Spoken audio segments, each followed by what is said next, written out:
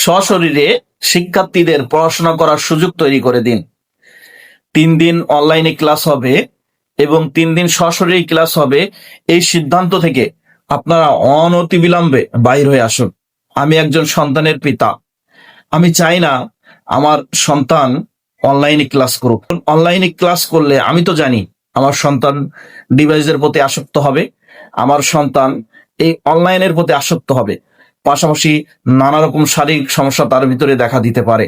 কাজেই আমি একজন অভিভাবক, একজন পিতা হিসেবে আমি কখনোই চাই না আমার সন্তান অনলাইনে ডিভাইসের মাধ্যমে ক্লাস করুক। আমি চাই আমার সন্তান সশরীরে স্কুলে গিয়ে সে ক্লাস করবে। আপনাদের যদি জ্বালানি সংকট কমাতে হয়, আপনারা অন্য পন্থা বেছে নিন, অন্য উপায়কে বেছে নিন। কিন্তু এই দারিদ্রতম দেশে, যেখানে অধিকাংশ মানুষ নিম্ন শ্রেণীর, সেখানে আপনারা অনলাইনে ক্লাস করার মাধ্যমে এই যে ছাত্রছাত্রীদের মধ্যে যে বৈষম্য, এই বৈষম্য সৃষ্টি করবেন না। গরিব সবাই সশরীরে স্কুলে গিয়ে ক্লাস করবে এবং তার জন্য আপনারা এবং সেই অনুকূল পরিবেশ তৈরি করুন।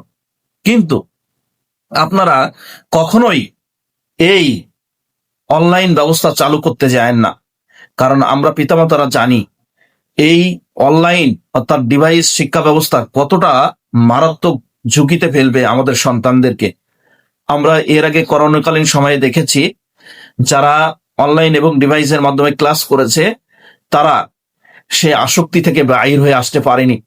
এমনকি অনেক ছেলেমেয়ে আছে যারা এই অনলাইনে ক্লাস করার মাধ্যমে তাদের মেধা নষ্ট হয়ে গিয়েছে, তাদের শারীরিক নানাবিধ সমস্যা দেখা দিয়েছে এবং পাশাপাশি তাদের শিক্ষার মান কমে গিয়েছে। কাজেই অন্তত শিক্ষা জাতির মেরুদণ্ড, এই মেরুদণ্ডকে ধ্বংস করবেন না।